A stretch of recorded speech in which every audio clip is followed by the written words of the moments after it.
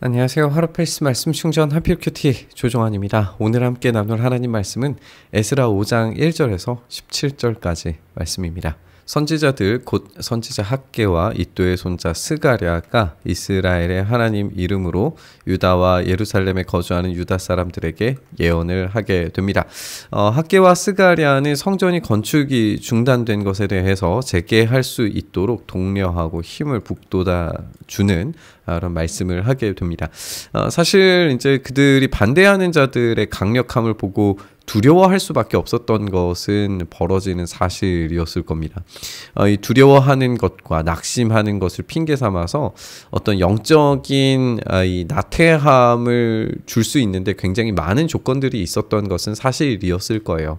우리가 성전 건축이 멈춰지는 그런 사건들만 보더라도 이 대적들이 얼마나 강력했는지, 그리고 실제적인 그런 무력 행사들을 실행했을 때에 아마 이 공동체가 가지고 있는 두려움은 그냥 단지 감정적인 것이 아니라 실제적인 위협이었을 겁니다.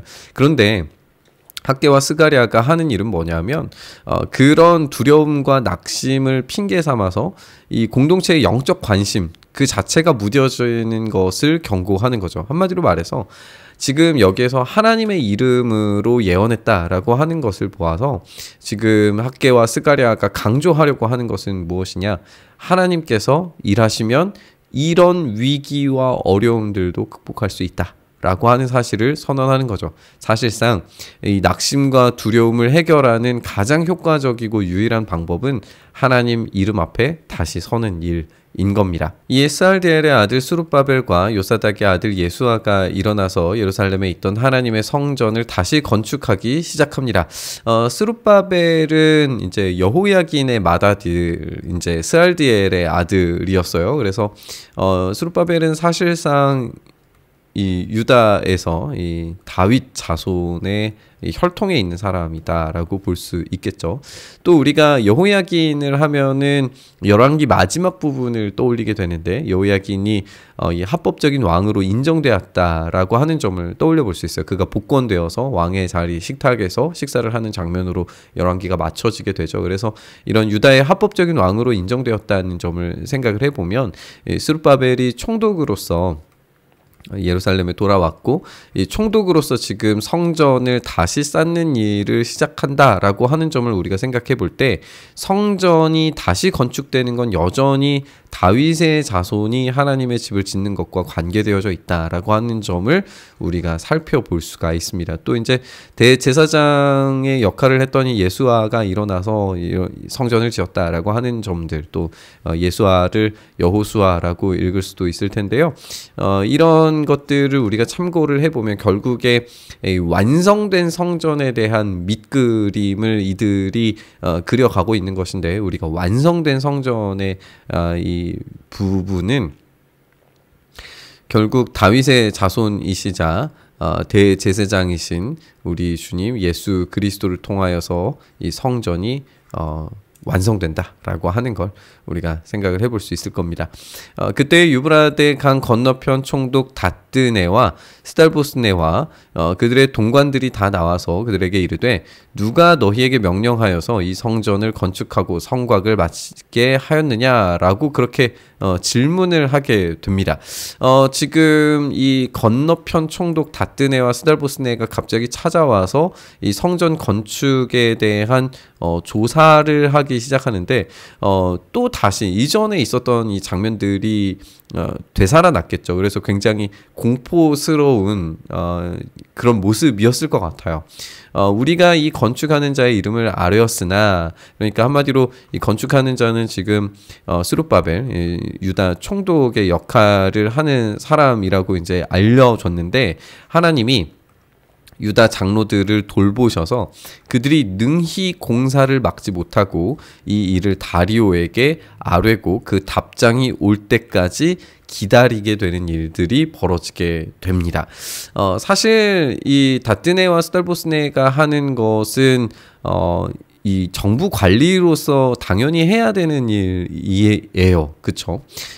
정부 관리로서는 당연히 이 총독 으로서 이 지방관으로서 다른 지역이 지금 반역을 행하는 거라면 그것에 대한 세부적인 사실에 대해서 조사하고 보고하고 그것에 대해서 어떻게 처리할 것인지에 대해 이 제국의 황제에게 물어봐야겠죠. 그러니까 정부 관리로서 그것을 꼼꼼하고 세심하게 이제 일을 하는 것을 우리가 확인하게 되는 거예요.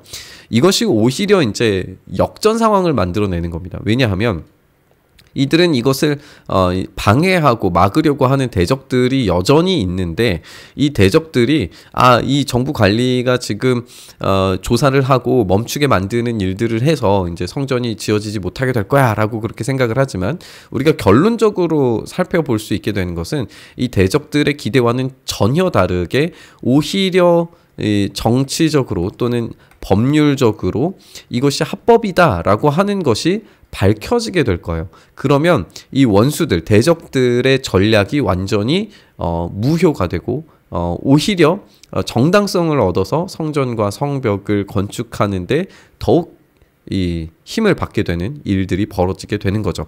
그렇게 하나님께서 유다 장로들을 돌보셨다. 결국 성전이 건축되는 것은 인간적 힘으로 되어지는 게 아니라 하나님께서 건축하고 계신다라고 하는 점을 우리가 살펴볼 수 있습니다. 이제 유브라데 강 건너편 총독 다뜨네와 스달보스네와 그의 동관인 유브라데 강 건너편 아바삭 사람이 다리오 왕에게 올린 글의 초보는 이러하다라고 하면서 이제 이 편지의 내용을 소개하고 있어요. 우리가 이전에도 살펴봤었는데 이 편지들은 아마도 이제 상당한 사본들이 검토가 됐었을 것이기 때문에 그런 내용들이 알려지는 것은 이상한 일은 아닙니다. 그리고 굉장히 이 뭐라고 할까요? 공식적인 문서예요. 그래서 공사에 대한 설명, 유대인들에 대한 질문, 또 유다인들의 답변, 칙령에 대한 내용 확인, 그리고 이 결정에 대한 요청, 이렇게 아주 공식 문서로서 이루어졌기 때문에 여기에 어떤 군더더기가 없다고 봐야 합니다.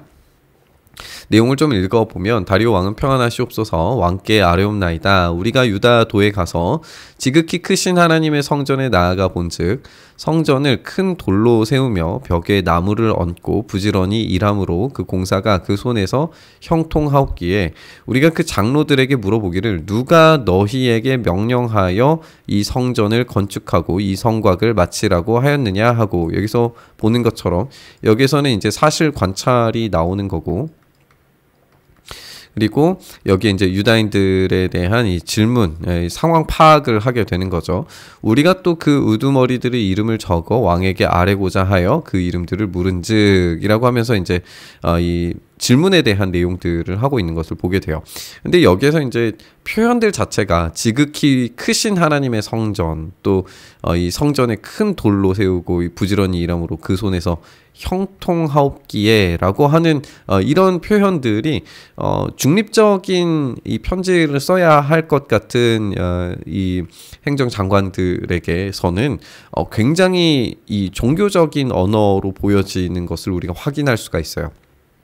왜 그러냐 하면 당시에는 전쟁이라고 하는 게 어떤 신적 전쟁을 이제 염두해 두고 있거든요. 그러니까 국가적인 전쟁에서 승리하는 것, 패배하는 것은 신적인 승리를 담보하는 겁니다.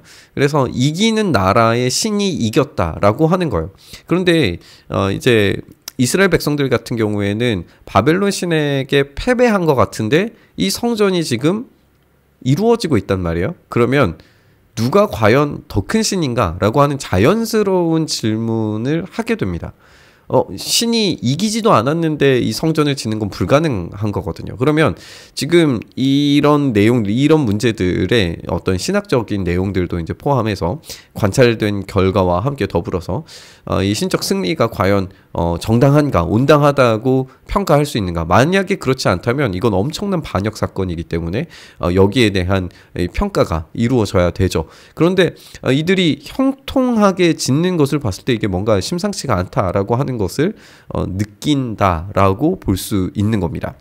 그들이 우리에게 대답하여 이르기를 우리는 천지의 하나님의 종이라 예전에 건축되었던 성전을 우리가 다시 건축하노라. 이는 본래 이스라엘의 큰 왕이 건축하여 완공한 것이었으나 우리 조상들이 하늘에 계신 하나님을 노엽게 하였으므로 하나님께서 그들을 갈대아 사람 바벨론 왕 느부갓네살 손에 넘기심에 그가 이 성전을 헐며 이 백성을 사로잡아 바벨론으로 옮겼더니 라고 이렇게 되어져 있어요. 그래서 이 성전의 정체가 뭐냐, 하나님의 종으로서 당연히 지어야 하는 건물이었다. 그런데 이 하나님께서 전쟁 가운데에서 바벨론 신에게 진 게 아니라 패배하신 게 아니라 하나님을 노엽게 함으로 말미암은 결과물이었다. 그러니까 이렇게 말하게 되면 바벨론의 신조차도 결국에는 도구일 뿐인 거예요.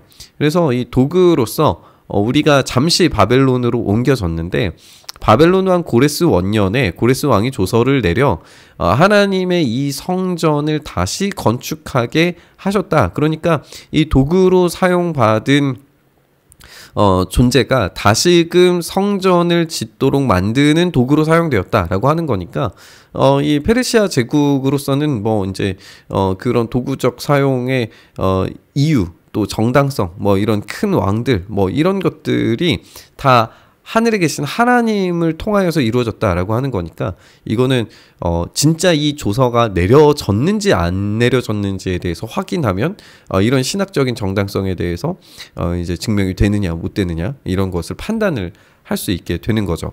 또 느부갓네살이 예루살렘의 하나님 성전 안에서 금, 은 그릇을 옮겨다가 바벨론 신당에 두었던 것을 고레스 왕이 그 신당에서 꺼내어서 그가 세운 총독 세스바살이라고 부르는 자에게 내주고 일러 말하되 너는 이 그릇들을 가지고 가서 예루살렘 성전에 두고 하나님의 전을 제자리에 건축하라 라고 고레스가 이야기를 했다는 거죠. 그래서 이 문서가 있는지 없는지를 확인해 달라라고 지금 편지를 보내는 거예요. 이에 세스바살이 이르러 하나님의 예루살렘 하나님의 성전 지대를 놓았고 그때로부터 지금까지 건축하여 오나 아직도 마치지 못하였다라고 그렇게 유다 사람들이 답변을 한 거예요. 이것에 대해서 사실 검증이 이루어져야 된다라고 하는 걸 다뜨네와 이제 이 조서를 보내는 사람들이 이 사실 확인차 지금 문서를 보내는 겁니다. 만약에 이게 사실로 확인이 된다면 유다 사람들의 말들이 사실이라고 입증이 되는 것이고 그렇다면 신학적 정당성이 정치적으로 또 법률적으로 흠이 없이 확인이 되는 것이기 때문에 그러면 이제 이 성전 건축에 대해서 방해할 요소들이 사라지게 되는 거예요. 그래서 이제 왕께서 좋게 여기시거든 바벨론에서 왕의 보물 전각에서 조사하사 과연 고레스 왕이 조서를 내려 하나님의 이 성전을 예루살렘에 다시 건축하라고 하셨는지 보시고 왕은 이 일에 대하여 왕의 기쁘신 뜻을 우리에게 보이소서라고 공식 문서를 이렇게 보내게 됩니다. 결국에 우리가 이제 살펴보게 되는 것처럼 성전 건축은 인간의 힘으로 지금 하는 게 아닙니다.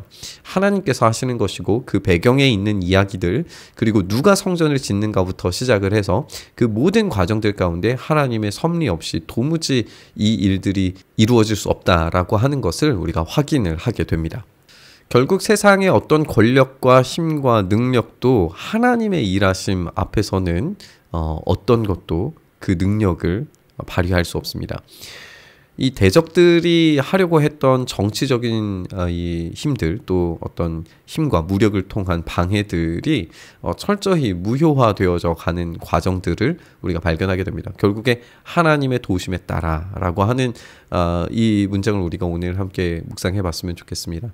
답이 없어 보일 것 같은 상황도 하나님께서 도우시면 하나님께서 함께 하시면 해결이 보이고 또 문제는 사라지게 되는 줄 믿습니다.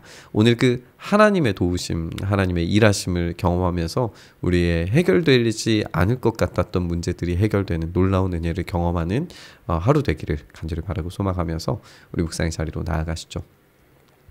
우리의 힘으로 우리의 능력으로가 아니라 하나님의 능력으로, 하나님의 계획으로, 하나님의 뜻하심 안에서 이루어지는 우리의 인생 되게 하여 주시옵소서. 우리의 욕망과 욕심을 위하여서가 아니라 주님의 교회가, 주님의 능력이, 주님의 역사하심이 드러날 수 있도록 그렇게 우리의 삶을 만들어 가 주시옵소서. 그 일을 우리에게 행하셔서 하나님의 영광이 우리의 삶 안에 드러나게 하시길 간절히 바라고 소망하며 우리 주님 예수님 이름으로 기도드리옵나이다. 아멘.